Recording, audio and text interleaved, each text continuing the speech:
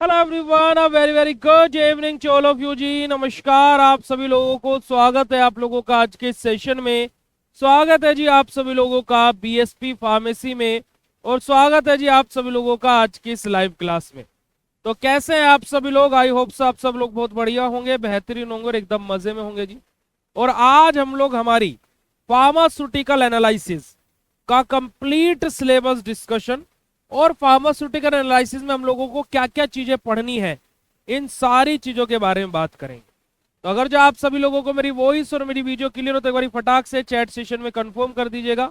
और आप सभी लोगों को जय श्री कृष्ण, राधे राधे। फिर उसके पश्चात हम लोग आज के सेशन को आरंभ करते हैं, प्रारंभ करते हैं प्यारे बच्चों। ठीक है कि आरंभ है प्रचंड बोले मस्तकों के मुंड बाजे, जंग की कड़ी की तुम बुहार दो। क्योंकि बेटा जी ये एक युद्ध है, ऐसा मत समझिएगा कि हल्के में चीजों को लेना है। ये युद्ध है जिसपे तुम्हारा पूरा जीवन दांव पर लगा है।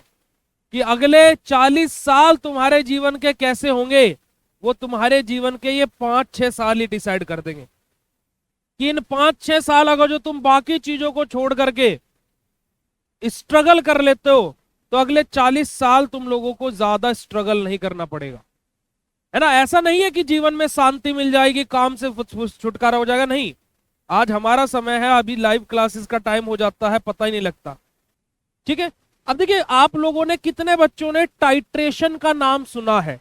प्रैक्टिकल तो आपने मुझे पता है कि नहीं किया होगा। इस क्लास में जितने भी है सब मेरी ही तरह होंगे कि पर्पल कलर बनना है, ज्यादा घेर दिया, पर्पल कलर बन गया, सरजीव हो गया पर्पल कलर, हमें जाने दो। इतना तो हमें भी पता है। पर लेकिन टाइट्रेशन का नाम किस किस बच्चे ने सुना है? सुना तो जरूर होगा नाम, देखो, है ना। टाइट्रेशन नाम ही काफी है। टाइट्रेशन का नाम सुना है प्यारे बच्चों? कभी देखो वो कि नीचे एक बीकर रख लेते हैं, ऊपर एक बड़ी सी ट्यूब रहती है, उससे टप टप टप टप नीचे जाता है, उसमें कलर आ जाता है, फिर मास्टर को दिखाते हैं, सर जी हमारा कलर आ गया। देखा है ना टाइट्रेशन? कि रंग बदलना, है ना। जैसे लोग आजकल के हैं कि रंग बदल देते हैं, तो रंग बदलना ही टाइट्रेशन है, देसी भाषा में बोले तो। अगर जो हम 12वीं कक्षा की लाइब्रेरी लैब में खड़े हुए, है ना। टाइट्रेशन हम लोगों को फार्मास्यूटिकल एनालिसिस में टाइट्रेशन ही पढ़ना है। आप बोलोगे है एक ही टॉपिक बस? जी हाँ, इस टॉपिक की अलग अलग संतान है। एक है एसिड बेस टाइट्रेशन, एक है non aqueous titration, precipitation titration, complexometric titration, gravimetry, diazotization titration, redox titration, conductometry, potentiometry, polarography. यही सब कुछ हम लोगों को टाइट्रेशन में पढ़ना है। यानी कि जो टाइट्रेशन की अलग अलग संतानें हैं, हमें उसी के बारे में पढ़ना है। ठीक है। अब ये तो हो गई हमारी दूसरी से लेकर के 5 यूनिट तक की बात, कि दूसरी से 5 यूनिट तक हमें ये सब कुछ पढ़ना। पहली यूनिट में क्या पढ़ेंगे भाई? जैसे हम पहले दिन आपकी क्लास लिए थे, तो पहले दिन हमने क्या बताया था आपको? अपना इंट्रो दिया था, अपना इंट्रोडक्शन दिया था, ऐसा ही हुआ था प्यारे बच्चों। तो हमारी जो हर एक सब्जेक्ट की पहली यूनिट है, उसमें इंट्रोडक्शन ही रहेगा। तो पहली यूनिट में हम लोग इंट्रोडक्शन पढ़ते हैं। पहली यूनिट में हम लोग स्कोप के बारे में पढ़ते हैं कि एनालिसिस के स्कोप क्या है। पहली यूनिट में हम लोग पढ़ते हैं बेटा जी हमारे किसके बारे में? हमारे प्राइमरी और सेकेंडरी स्टैंडर्ड क्या होते हैं। पहली यूनिट में हम लोग पढ़ते बेटा जी किसके बारे में? हमारे बेसिकली एरर के बारे में। एरर क्या होती है? एरर होती है त्रुटि। त्रुटि का मतलब क्या होता है भैया?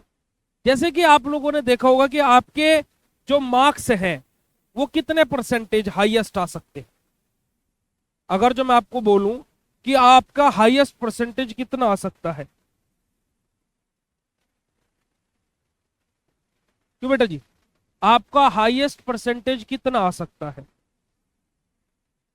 राहिल जी हम अपना इंट्रोडक्शन दे, या फिर आप ये कुछ बोल रहे हैं कि आपने पहले दिन इंट्रोडक्शन दिया था? क्यों बेटा जी, कि आपके हाईएस्ट परसेंटेज कितने आ सकते हैं? बताइएगा सभी बच्चे, कि उससे ज्यादा आ ही नहीं सकते।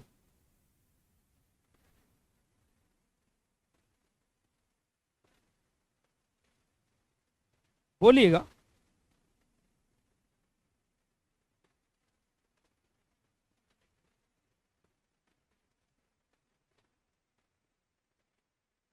एक बच्चा बोल रहा है सर मैंने अभी अपनी काबिलियत को पहचाना नहीं है।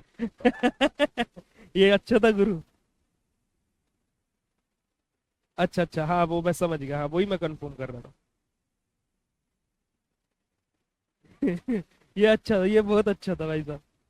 वाकई ये बहुत अच्छा था कि सर हमने अभी अपनी काबिलियत को पहचाना नहीं है। 80%।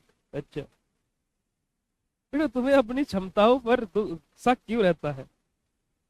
99.99%। देखिए, अगर जो मैं आपको एक वैल्यू दूं, अगर जो मैं आपको बोलूं कि इस कक्षा में कोई भी बच्चा 100% से ज्यादा नहीं ला सकता है,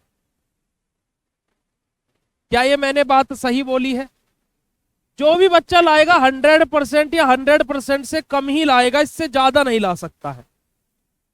ये हकीकत है, ये सत्य है, ये ट्रू है बेटा जी। कि क्या कुछ भी कर लो, कितना भी कर लो, चाहे तुम्हारे फूफा सांसद, चाहे तुम्हारे घर वाले कॉपी चेक करे, तुम अपनी कॉपी खुद भी चेक करो, चाहे सब कुछ तुम्हारा कर दिया जाए, सब कुछ कि भाई तुमसे जितना अपना बनता हो उतना बना लो, जितना तुम नंबर दे सकते हो उतना नंबर दे लो, तो भाई तुम 100% से ज्यादा का रिजल्ट नहीं बना सकते हो। यानी कि पीक परसेंटेज, हाईएस्ट परसेंटेज 100% ही हो सकता है। यानी कि ट्रू वैल्यू बेटा जी क्या होगी? 100% होगी, क्योंकि भाई सभी का रिजल्ट 100% में से ही निकलता है। ठीक है, अब आपका ट्रू वैल्यू यानी कि हकीकत में 100% से ऊपर कोई जा ही नहीं सकता, यह हकीकत है। अब हम पकड़ लेते हैं हमारे सोहित जी को। सोहित जी ने बोला कि भैया हमारे 80% आ सकते हैं। तो अगर जो हम यहां पर करें, यहां पर हम क्या करें, 80% को इसमें से माइनस कर दें।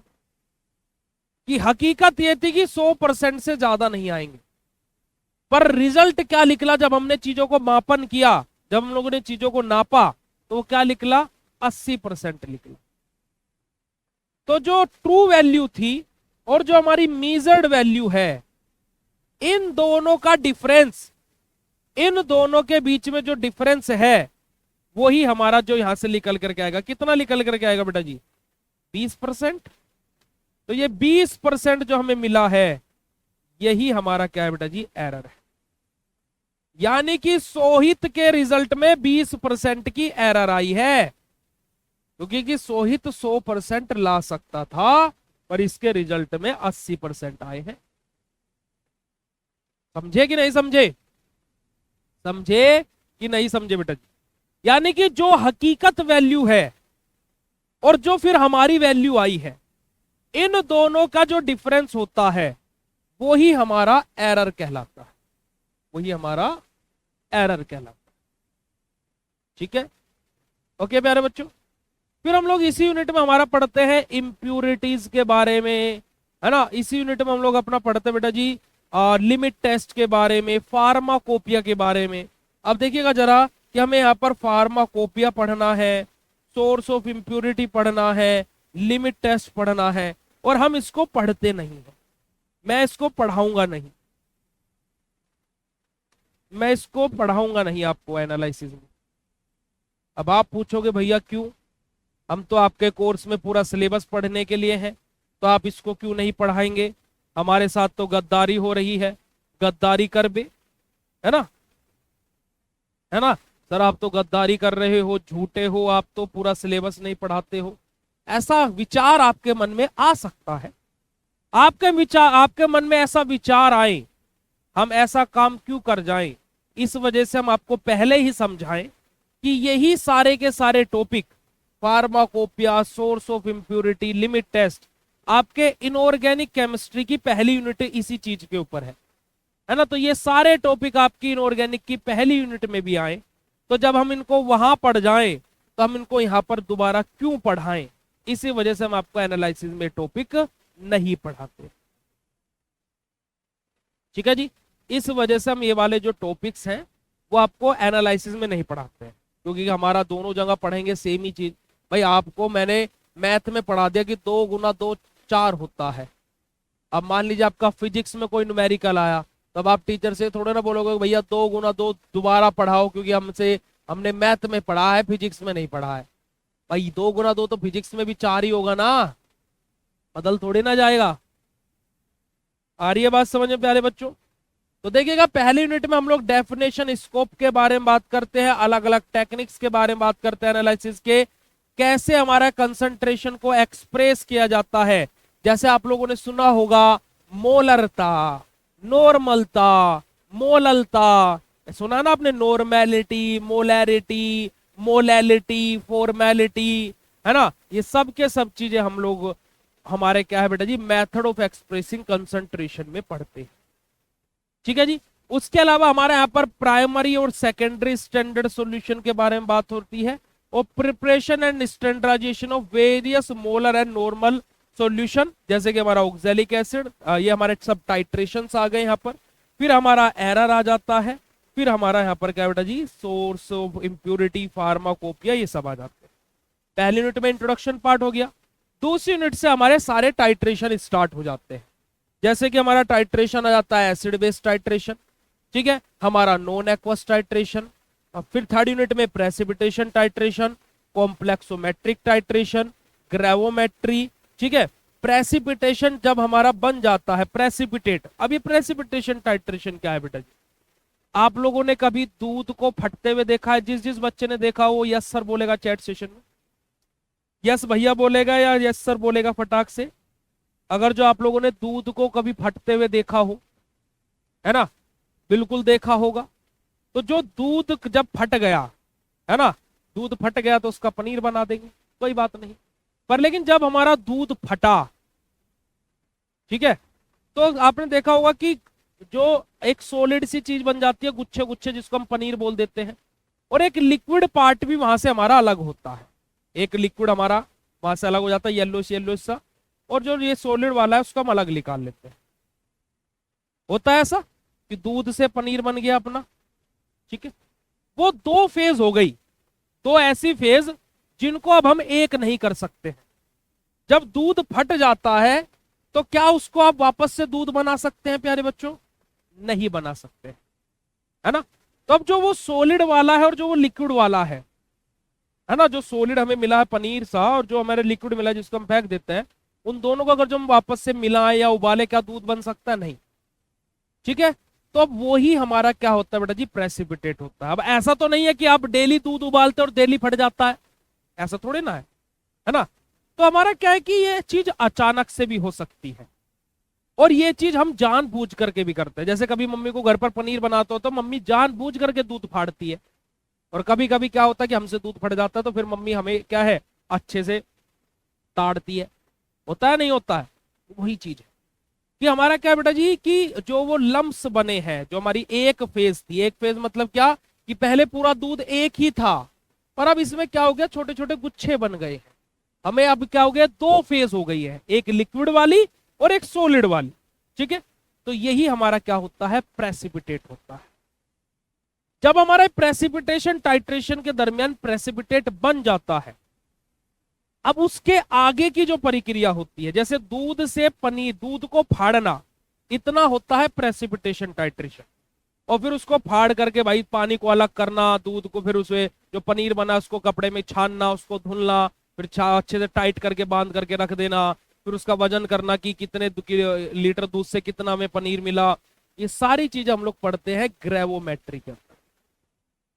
यानी कि दूध फाड़ना मतलब प्रेसिपिटेशन, और फिर उसके आगे उसको छान करके अलग कर करके उसका वजन करना, ये सारी चीजें हमारी ग्रेवोमेट्री। आई बात समझ में? आई बात समझ में? नहीं आई बेटा जी? चलिए, तुमने कभी दूध ही नहीं फटते हुए देखा? अरे भाई साहब कोई बात नहीं, वादा है मेरा तुमसे कि तुम्हें एक लाइव क्लास में दूध फाड़ करके दिखाएंगे और पनीर बना करके दिखाएंगे, और पनीर बना करके उसको खा करके भी दिखाएंगे, ठीक है। वादा है मेरा बेटा जी तुम लोगों से। चलिएगा, फोर्थ यूनिट जहां पर हम लोग पढ़ते हैं रिडॉक्स टाइट्रेशन। रिडॉक्स टाइट्रेशन में क्या होता है बेटा जी, हमारी रिडॉक्स रिएक्शन होती है। रिडॉक्स रिएक्शन बोले तो ऐसी रिएक्शन जहां पर रिडक्शन और ऑक्सीडेशन दोनों एक साथ में हो रहे हैं, जहां पर ऑक्सीडेशन रिएक्शन और रिडक्शन रिएक्शन क्या हो रही है बेटा जी, एक साथ में हो रही हो, टुगेदर, ठीक है। वही हमारी क्या होती है बेटा जी, रिडॉक्स रिएक्शन होती है। और रिडॉक्स टाइट्रेशन में रिडॉक्स रिएक्शन ही देखने को मिलता है। और यहाँ पर हमारे क्या बेटा जी, टाइप ऑफ रिडॉक्स टाइट्रेशन, जैसे ब्रोमेटोमेट्री, आइडीमेट्री, आइडोमेट्री, क्रिसेमेट्री, ये सब देखिएगा जरा। आइडीमेट्री, आइडोमेट्री, ब्रोमेटोमेट्री, क्रिसेमेट्री हमारा है ना, ये सब के सब हमारे क्या बेटा जी, बहुत इंपॉर्टेंट हो जाते हैं। बेटा बिल्कुल देख सकते हैं, क्यों नहीं देख सकते, बिल्कुल देख सकते हैं। ठीक है, चलिए फिफ्थ यूनिट हमारी आ जाती है जहां पर इलेक्ट्रोकेमिकल मेथड ऑफ एनालिसिस, यानी कि अब हम लोग टाइट्रेशन तो करेंगे यहां पर भी, पर अब यहां पर क्या आ जाएगी बेटा जी, इलेक्ट्रिसिटी आ जाएगी, है ना। हमारी क्या आ जाएगी बेटा जी, इलेक्ट्रिसिटी। तो यहां पर हमारी तीन है, कंडक्टोमेट्री, पोटेंशियोमेट्री और पोलैरोग्राफी। ठीक है, हमारा क्या बेटा जी, कंडक्टोमेट्री है, पोटेंशियोमेट्री है और पोलैरोग्राफी। और यही आप लोगों का बेटा जी क्या है, कंप्लीट है फार्मास्यूटिकल एनालिसिस का सिलेबस। अब syllabus discussion of pharmaceutical analysis भी हमारा समाप्त हो गया, यानी कि हमने अपना जो तीनों सब्जेक्ट मुझे आपको पढ़ाने हैं उन तीनों के मैंने आपको सिलेबस बता दी। अब कल से हम लोग स्टार्ट करेंगे हमारी एचएपी की पहली यूनिट। ठीक है, कल से क्या स्टार्ट करेंगे बेटा जी, हम लोग अपनी एचएपी यानी कि ह्यूमन एनाटॉमी एंड फिजियोलॉजी की पहली यूनिट स्टार्ट करें। तो अगर जो आप लोगों को इंट्रोडक्शन क्लासेस, और अभी तक 3 दिन तक हमारी लगातार क्लासेस हो चुकी है, तो अगर जो आप लोगों को लगता है कि हाँ मैं आपको अच्छे से पढ़ा पाऊंगा, तो एक बार अपना फीडबैक चैट सेशन में अवश्य दीजिए। जल्दी से प्लीज एक बार अपना फीडबैक चैट सेशन में दे दीजिएगा कि अगर जो आपको ऐसा लगता है कि हम आपको पढ़ा पाएंगे। बेटा जी मैं आपको वो सारी की सारी चीजें का एक वीडियो बना करके बता देता हूँ। मैं एक यूट्यूब पर वीडियो बनाने वाला हूँ आप लोगों के लिए ही, कि कैसे क्या चीजें कहाँ से कैसे देखनी है, वो सब कुछ मैं आप लोगों को वहां पर बता दूंगा। शायरी, चलो आज हमने शुरू में स्टार्टिंग में आपको इस क्लास के मोटिवेशन दिया, तो अभी दोबारा मोटिवेशन वाली शायरी आपको बताते हैं। ठीक है, देखिएगा कि आप लोगों को ऐसा लगता है कि दुनिया वालों को हम क्या कर रहे हैं उससे फर्क नहीं पड़ता है। एक बात का ध्यान रखिएगा कि आप जब नाकामयाब रहेंगे तो भी दुनिया वाले ही आपको बोलेंगे, और जब आप कामयाब हो जाएंगे तो भी दुनिया वाले ही बोलेंगे। खास करके मैं लड़कियों के लिए बोलना चाहूंगा कि लड़कियों को क्या होता है कि हमेशा लोग बाग सोचते हैं कि इनको दबा दे, है ना। हमेशा मैं ये चीज फील करी है, हमारी सोसाइटी एक ऐसी हो चुकी है, पता नहीं कब ये सुधरेगी। मैं सभी को नहीं बोल रहा, पर लेकिन बहुत सारे लोग ऐसा करते हैं कि लड़कियों को दबा दे। अब मैं प्यारी मेरी जो जितनी भी यहाँ पर छोटी छोटी बहनें हैं, सभी को मैं एक चीज बोलना चाहूंगा बेटा जी, कि आपको आपके घर वालों ने एक विश्वास करके कि मेरी ये बेटी मेरे लिए कुछ करके दिखाएगी, आपको समाज से पता नहीं कितनी चीजों को उन्होंने स्किप करके आपको एक डिग्री कोर्स में एडमिशन दिलाया। वरना आज भी आप इंडिया में देखेंगे कि लोग बाग बच्ची की 12वीं करते उसे बीए प्राइवेट कराते हैं, घर रह करके उसकी बीए हुई, ग्रेजुएटेड हुई, उसकी शादी कराते, ये फैक्ट है। तो लड़कियों को लेकर के मैं एक शायरी बोलना चाहूंगा कि जो लोग लड़कियों को बोझ समझते हैं उसको लेकर के जरा सुनिएगा, और अगर जो अच्छी लगे तो चैट सेशन में वाह वाह जरूर बोलिएगा। कि लड़की बोझ नहीं बोझ बनाया हमने है, कि लड़की बोझ नहीं बोझ बनाया हमने है, सती से लेकर बाल विवाह दहेज बनाया हमने है। कि लड़की बोझ नहीं बोझ बनाया हमने है, सती से लेकर बाल विवाह दहेज बनाया हमने है, ये समाज बनाया हमने है, रिवाज बनाया हमने है, इन लड़कियों को दबी हुई आवाज बनाया हमने। ठीक है जी, तो बेटा आप हर कुछ कर सकती हो, अपने ऊपर विश्वास रखना, और हमेशा एक बात का ध्यान रखना कि तुम्हारे माँ बाप ने ना जाने कितने सैक्रिफाइस करके और कितने रिश्तेदारों के ताने सुन करके तुम्हें इस कोर्स में एडमिशन दिलवाया है। कि तुम्हारे फूफा जी, तुम्हारे मामा जी, शायद तुम्हारे चाचा जी भी ये बोल रहे होंगे क्या जरूरत है लड़कियों को पढ़ाने की, तो इस बात का ध्यान रखिए। ठीक है जी, बस मैं इसी के साथ में आज के सेशन को एंड करूंगा, और अपना ध्यान रखिएगा कल से हम लोग ह्यूमन एनाटॉमी एंड फिजियोलॉजी की पहली यूनिट को स्टार्ट करने जा रहे हैं। तो अपना कल थोड़ा सा ह्यूमन एनाटॉमी एंड फिजियोलॉजी पढ़ करके आइएगा रिकॉर्डेड लेक्चर से, और मिलते हैं कल आप लोगों से लाइव क्लास में, और कल आपको खूब सारा मजा आने वाला है। लव यू ऑल बेटा जी, थैंक यू सो मच, शुक्रिया, नमस्कार, जय हिंद। और आज के सेशन को 10 में से कितने अंक देना चाहेंगे वो भी फटाक से चैट सेशन बता दीजिएगा। फार्मास्यूटिक्स की क्लासेस बेटा जी आपकी मंडे से स्टार्ट हो जाएगी, जो कि सुबह 7 बजे से 8 बजे आपकी हुआ करेगी। मंडे टू वेनसडे, यानी कि मंडे, ट्यूसडे और वेनसडे आपकी 3 दिन फार्मास्यूटिक्स की क्लास हुआ करेगी सुबह 7 से 8 बजे। ठीक है जी, चलिएगा।